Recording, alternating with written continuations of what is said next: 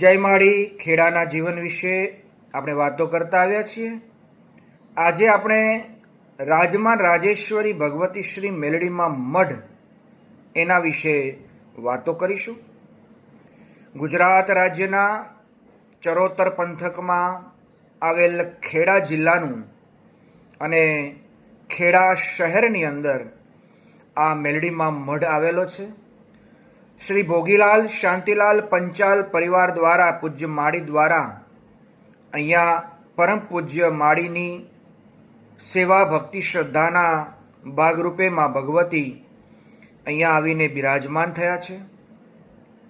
મેલી મેલી સૌ કહે મેલી નથી તલભાર, મહામાયામાં મેલડી તમે આદ્ય શક્તિ અવતાર. હું અને તમે વિભાગો પાડતા હોઈએ છીએ. ભગવાનના અલગ અલગ સ્વરૂપોને અલગ અલગ સ્વરૂપ તરીકે નિહાળતા હોઈએ છીએ, જોતા હોઈએ છીએ. પરંતુ યા દેવી સર્વભૂતેષુ ભક્તિ રૂપેણ સંસ્થિતા નમસ્તસ્યૈ નમસ્તસ્યૈ નમસ્તસ્યૈ નમો નમઃ. પરમ પૂજ્ય માળીને જન્મથી જેણે જાળવ્યા છે એવા મેલડી માતા આ સ્થાન પર બિરાજમાન છે. મેલડીમાં મઢ એવું નામ પૂજ્ય માળીએ આપ્યું છે કારણ કે આ મંદિર કોઈ ટ્રસ્ટના નેજા હેઠળ બનાવવામાં આવેલું નથી. મેલડીમાં મઢ ખેડા એ કોઈની સરકારી જમીનમાં પણ આ જગ્યામાં મંદિર બનાવવામાં આવેલું નથી. ઘરની માલિકીની જગ્યામાં પારિવારિક રીતે એમનો જ પરિવાર શ્રી ભોગીલાલ શાંતિલાલ પંચાલ પૂજ્ય માળીનો પરિવાર આ મંદિરની અંદર સેવા પૂજા કરતા રહેલા છે.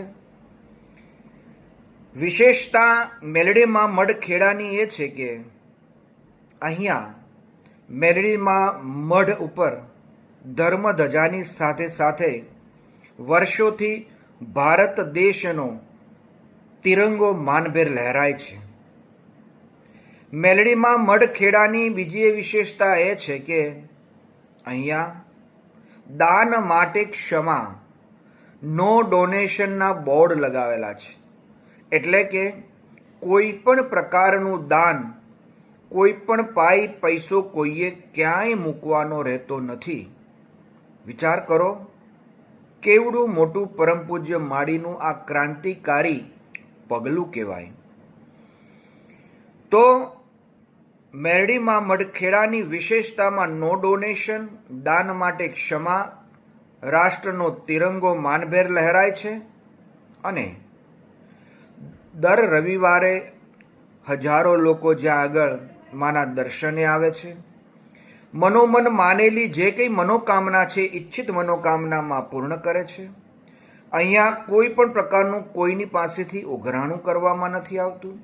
સ્વૈચ્છિક માના ધામમાં જે પણ આવે છે તે વ્યક્તિઓ ભોજન પ્રસાદ લઈને જાય છે. પૂજ્ય માળી કહેતા ને કે લેવાનો જેને હેવા નથી, મોઢે પાડે ના, ખવડાવીને ખુશ રહે, આ તો આપણી ખેડાવાળી માં.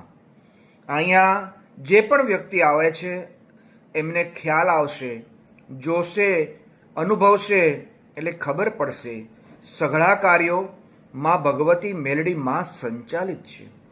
બીજું કે રાજમાન રાજેશ્વરી ભગવતી શ્રી મેલડીમાં મઢ એવું નામ પૂજ્ય માળીએ એટલા માટે આપ્યું છે કે રાજાઓ મહારાજાઓને શોભે તેવા સેવાકી કાર્યો મેલડીમાં મઢ ખેડા ખાતે થતા રહેલા છે. અહીંયા રાજા મહારાજાઓ પણ આવતા રહેલા છે. અહીંયા કોઈ પણ પ્રકારનું એવું કાર્ય થતું નથી. અંધશ્રદ્ધાને કોઈ જગ્યાએ સ્થાન નથી. અહીંયા ખોટી કોઈ પણ પ્રકારની વસ્તુઓનું અહીંયા આગળ કાર્ય કરવામાં આવતું નથી.